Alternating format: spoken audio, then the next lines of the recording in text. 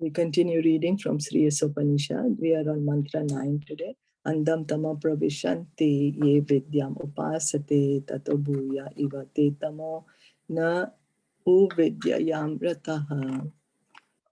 Those who engage in the culture of nescient activities shall enter into the darkest region of ignorance. Worse still are those engaged in the culture of so-called knowledge. Okay, so what is Sri Isopanishad saying? This mantra offers a comparative study of Vidya and Avidya. What is Vidya and what is Avidya? Avidya or ignorance is undoubtedly dangerous, but Vidya or knowledge is even more dangerous when mistaken or misguided. This mantra of Sri Isopanishad is more applicable today than at any time in the past. Modern civilization has advanced considerably in the field of mass education, but the result is that people are more unhappy than ever before because of the stress placed on material advancement to the exclusion of the most important part of life, the spiritual aspect. So we can see that it's true. It's true. Like even us, I spent 15 years studying, went to school, went to college, thought that that's all that is. Didn't understand what's the soul, was never taught, oh, that you are the soul, not the body. Was all taught more and more that, oh, I'm the body, work hard for the body, make goals, some goals which can really burn you out, keep making all these impossible goals, get more and more of the material things. So we can see it's really applicable and I can really relate to it. So although we got knowledge, but is it really knowledge? What did we get? What did I get? I can just say for myself. I was mistaken and misguided. And we can see practically it's happening more and more now. Everyone, each of us,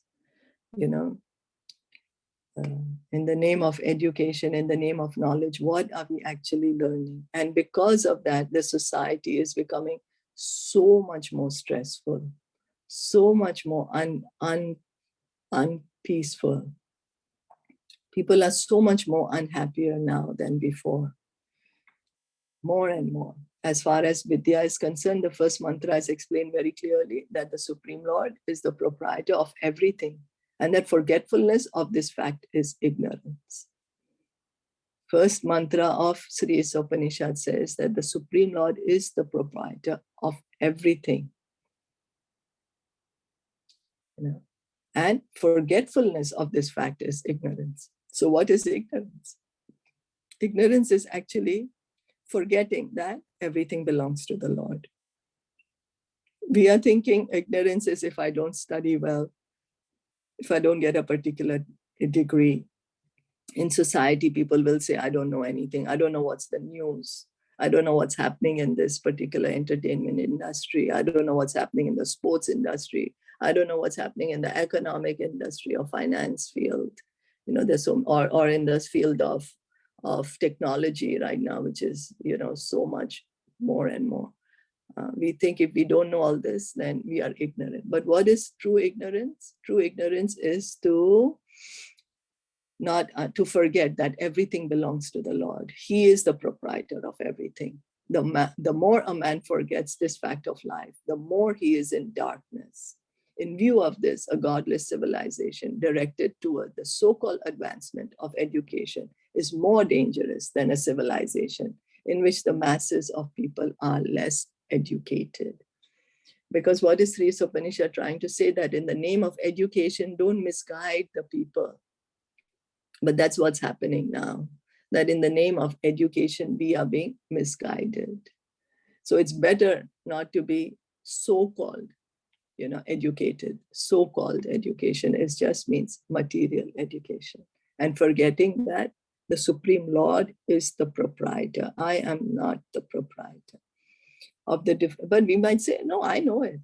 I know, of course, I came empty-handed. I will go empty-handed. Whatever I'm doing will be left behind. Yeah, I know it, of course. We speak especially to Indians. then we say, of course, I know I'm not the body, I'm the soul. Of course, I know I came empty. But do we behave in that way? Do we act in that way? Do we think in that way? What is our action? Each of our action, how we living our each moment? Are we living our each moment in that way?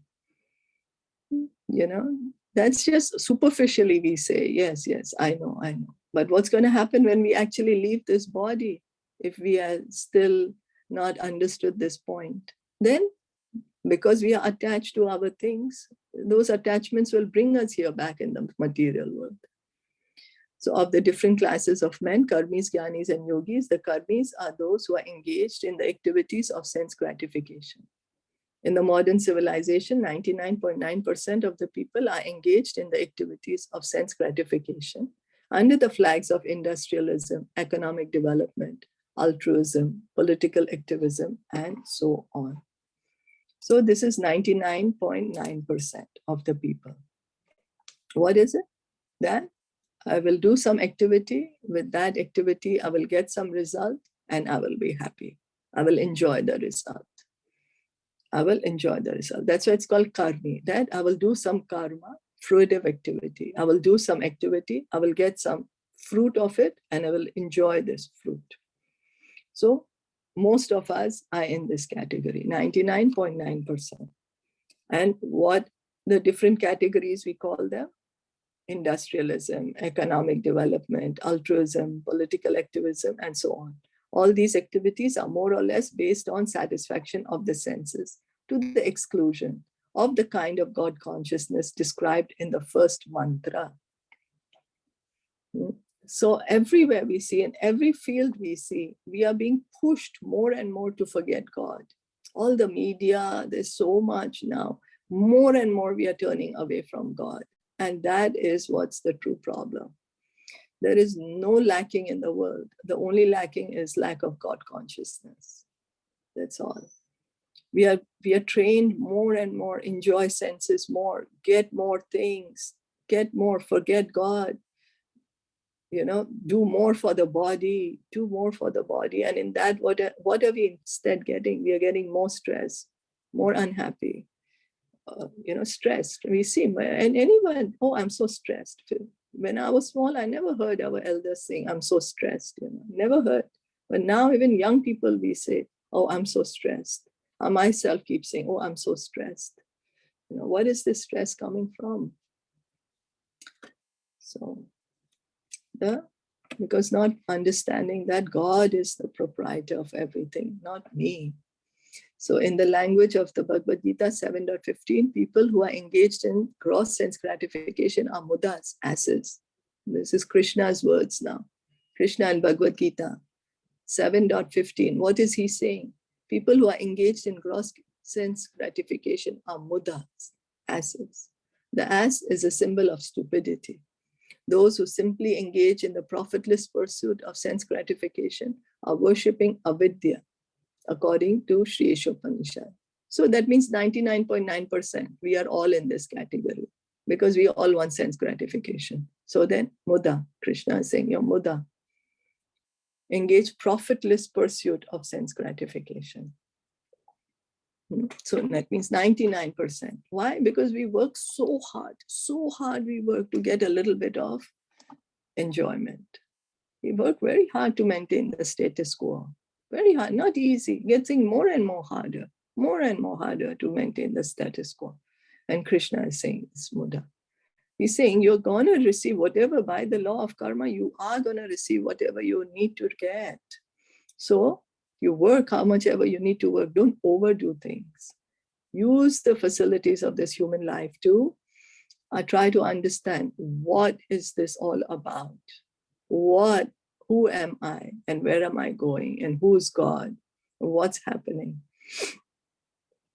So, and those who play the role of helping this sort of civilization in the name of educational advancement are actually doing more harm than those who are on the platform of gross sense gratification. So now the people who are more engaged in this educational advancement, helping this sort of civilization in the name of educational advancement, are actually doing more harm than those who are on the platform of sense gratification. It means it's more harmful to encourage others to go away from God towards a godless society. The advancement of learning by godless people is as dangerous as a valuable jewel on the hood of a cobra. A cobra decorated with a valuable jewel is more dangerous than one not decorated. So by thinking that, oh, I'm so educated, I'm so knowledgeable, I have so many degrees, I have so much, then we are being more dangerous if we are forgetting God, if we are not understanding that everything belongs to God, I'm also belonging to God. Then that kind of education, we are being compared to a cobra, means giving a jewel on the head of a cobra. In the Hari Bhakti Sudodaya 3:11-12, the advancement of education by godless people is compared to decorations on a dead body. So why is being said so dangerous as a hood of a cobra? Because then innocent people look up to the more, like, or we say, oh, this person is more educated, let me follow what this person is saying. He should be more intelligent than me. That's why he is more educated than me. So let me follow them. So, and if these kind of people say there is no God, everything belongs to us, do more, everything is based on human endeavor, then we are being misguided. So then we are losing out of our chance to connect ourselves to Krishna, to understand who we truly are. The human life is very rare, very rare. And what are we doing in this life? How are we being affected? So what choices are we making? So that's why it's called more dangerous, because people like us will follow, oh, this person is so famous, everybody's worshiping him. He seems to be knowing what he's doing. Let me do what he's doing. And then what we understand, oh, we are getting more stressful. Where is the happiness? So it's compared to advancement of education by godless people is compared to decorations on a dead body. Why? Why is compared to decoration on a dead body? A person is spending so much time and money and energy to get educated. Why is compared to decoration on dead body? Let's hear. In India, as in many other countries, some people follow the custom of leading a procession with a decorated dead body for the pleasure of the lamenting relatives. In the same way, modern civilization is a patchwork of activities meant to cover the perpetual miseries of material existence. All such activities are aimed towards sense gratification. So patchwork of activities meant to cover the perpetual miseries of material existence. So what we are trying to do is we are trying to cover up that these miseries don't exist. That we're trying to shy ourselves away instead of accepting, yes, there are these miseries. There is birth, death, old age, and disease in this material world. But we try to cover it up. Old age, we're trying to cover it up so much. Let me use all these facelifting formulas. Let me, what not we do? We do so much to not become old, to not look old, Now before, if a person was 50, they would really look old. Now, if a person is 80, they don't look old. So then we think, okay, old age has been eradicated. No more old age. Is it? Is it true though? No, the body is getting old and we are going to die one day. And then disease. We are pretending there is no disease, but we are creating more and more diseases are coming. We never heard of COVID 5 years ago. Now everyone knows COVID. So what are we doing? We're not really solving the problems. But above the senses is the mind, and above the mind is the intelligence, and above the intelligence is the soul. Thus, the aim of real education should be self-realization, realization of the spiritual values of the soul. Any education which does not lead to such realization must be considered avidya or nescience. And to culture such nescience means to go down to the darkest region of ignorance. So that is real education, because we are the soul. We are not the body. The senses are there. Above the senses is the mind. Above the mind is the intelligence. And above the intelligence is we, the soul, who we truly are. So real education should be self-realization. Who am I? What am I doing here? How do I get out of here? Where will I go? That is real education. According to the Bhagavad Gita 242 and 714, mistaken mundane educators are known as Vedavatarata and Maya Aprata Jnana. They may also be atheistic demons, the lowest of men. Those who are Vedavatarata pose themselves as very learned in the Vedic literature, but unfortunately, they are completely diverted from the purpose of the Vedas. So Vedavatarata, many people want to be called as, I'm a great religionist, I am such a Vedantist, I know the Vedas. And you ask them some verses, they will recite it beautifully in different meters. And, but what is the idea? The idea is not to just be, the idea for all the Vedas is not to just learn it and speak it like a parrot. But what's the purpose of the Vedas?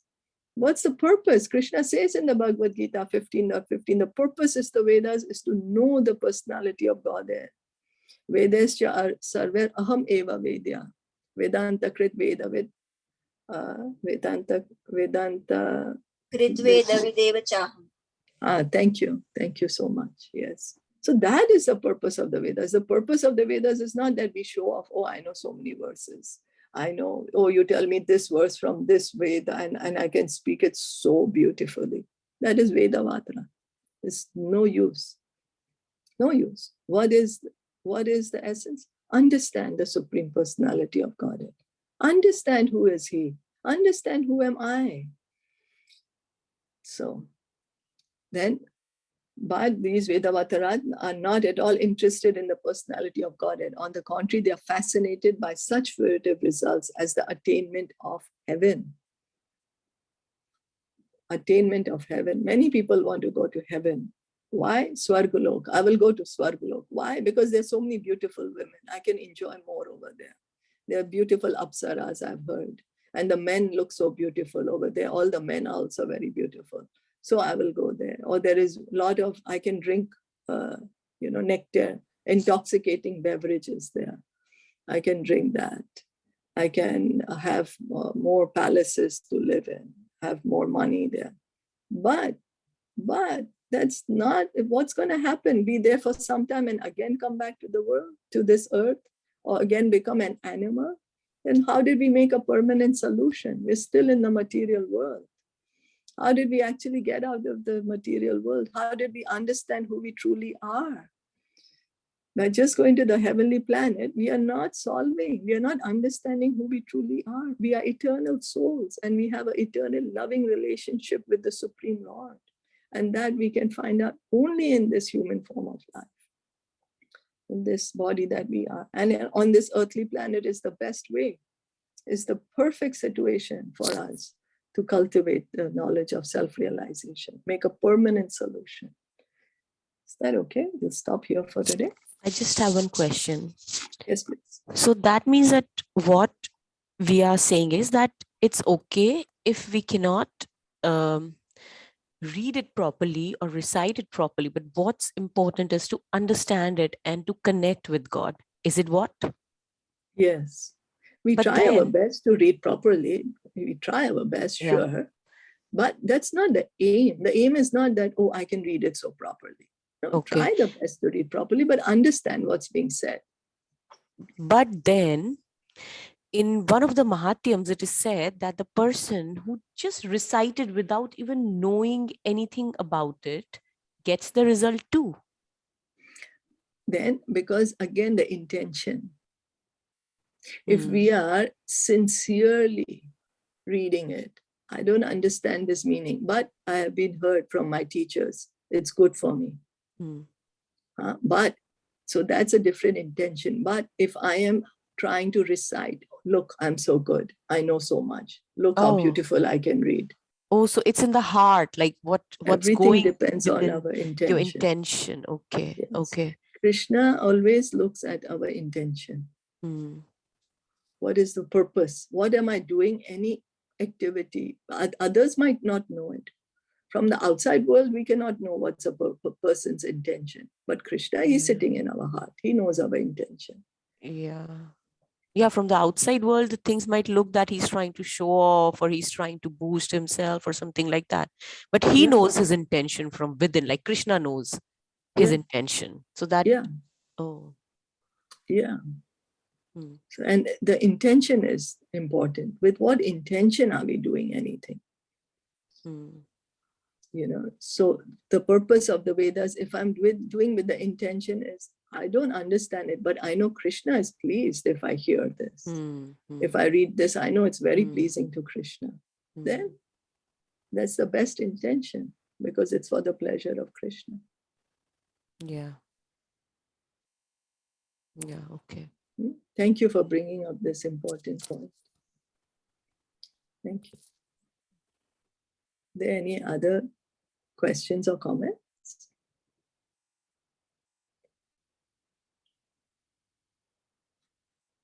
If no, then we'll stop here for today. Shri Isopanishad ki jai, Shila Prabhupada ki jai, Gaur Premanande, Hari Bol, Hare Krishna.